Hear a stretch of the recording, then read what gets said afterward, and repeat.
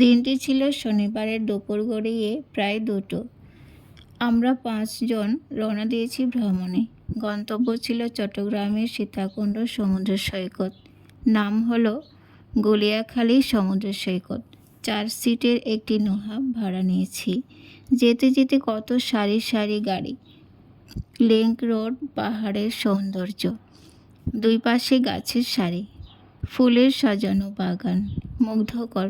কিন্তু গলিয়াখালী বাজার হয়ে আসতেই ব্রিজের নিচে অনেক পানি জমানো, নিচু রাস্তা, পানি পার হয়ে এসে গ্রাম্য রাস্তা, এবড়ো খেবড়ো, তারপর তো যেন ফুরোচ্ছেই না। সিএনজি, মোটর বাইক, কার, নোহা হয়ে অনেকেই ছুটে যাচ্ছে গলিয়াখালী। রাস্তাটি চিপানো হওয়াতে ফিরতি গাড়ি ও সেখানে যাবার গাড়িকে খুবই কষ্ট করে চলতে হচ্ছে। আধা ঘন্টার রাস্তাটি 1 ঘন্টায় পৌঁছলাম। দেখি ভাঙ্গা পাড়। সমুদ্র পাড়ে যাবার জন্য মনে হলো ইচ্ছে করেই পাড় ভেঙে এক খারাপ অবস্থা তৈরি করা হয়েছে, যেন নৌকা বা বোটে উঠতে বাধ্য হয় যাত্রীরা। জনপ্রতি 50 টাকা করে যাওয়া, সমুদ্র সৈকত ঘুরে ফিরতি আবারও 50 টাকা। যারা ভাঙ্গা রাস্তা, কাদা মারিয়ে রাস্তা দিয়ে যেতে চায় তাদের খুবই কষ্ট হচ্ছে।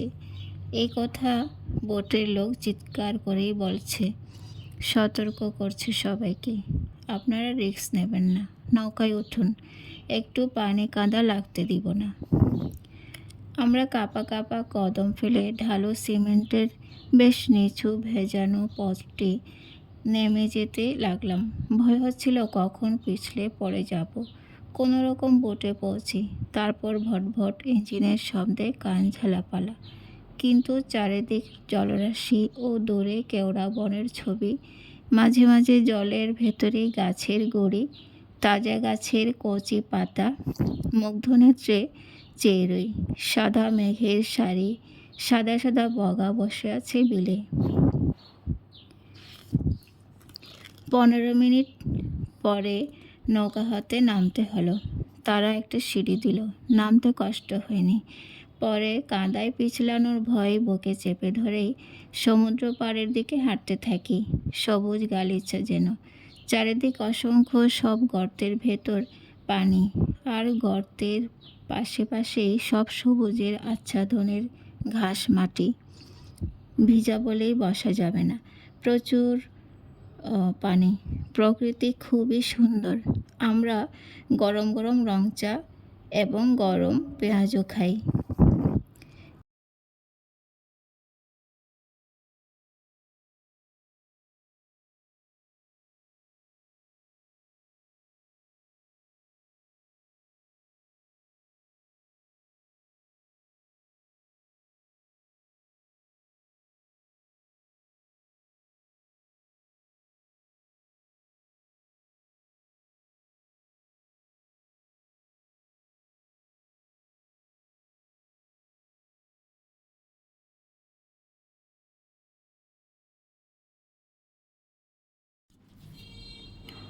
ময়লা কাপড়ের একজন মানুষ এসে প্লেট নিয়ে পেঁয়াজু মুড়ি ও চনা বুট মেশানো নাস্তাটি খেতে থাকে। বুড়ো দোকানি তাকে উদ্দেশ্য করে বলে, টাকা দিতে পারবি? দেখিস আকাশে পাখিরা উড়ছে, সবুজ পাতায় গাছেরা দুলছে, সমুদ্রের বুকে কত পানি উত্তাল ঢেউ আছড়ে পড়ছে, দূরে জাহাজ। আহা, কত ভালো লাগা দৃশ্য। দোলনায় দোল খাওয়ার মতো একটি লোভনীয় পরিবেশ প্রকৃতিকে খুবই আকর্ষণীয় করেছে। মন জড়িয়ে গেল। রাতের সমুদ্র নিস্তব্ধ ও ভয়ঙ্কর হতে পারে, তাই তাড়াতাড়ি ফিরতে হলো। কেউ কেউ কাদার হাত পা ধুতে চাইল, কিন্তু সারি সারি কলে পানি নেই। চাপা কল আছে, পানি পড়ছে না। যেমনি নাম গলিয়া সৈকত, তেমনি অলিগলি গোল গোল। সৈকতের ঘাস মোড়ানো গোল গোল মাটিগুলোর ফাঁকে ফাঁকে গোল করে পানি জমে রয়েছে। আশ্চর্য প্রকৃতির রূপশোধা দেখতে সকলেই চলে এসো। বাংলা বইয়ে পড়েছিলাম, এক এক দেশের এক এক ভাষা, বিনে স্বদেশী ভাষা পড়ে কি আশা। তেমনি এক এক জেলায় এক এক সৌন্দর্য ছড়ানো বই কি। গুলিয়াখালির নেশায় নিজেকে গুলিয়ে ফেলেছি, মনটাকে খালি করে দিয়েছি প্রকৃতির মাঝে।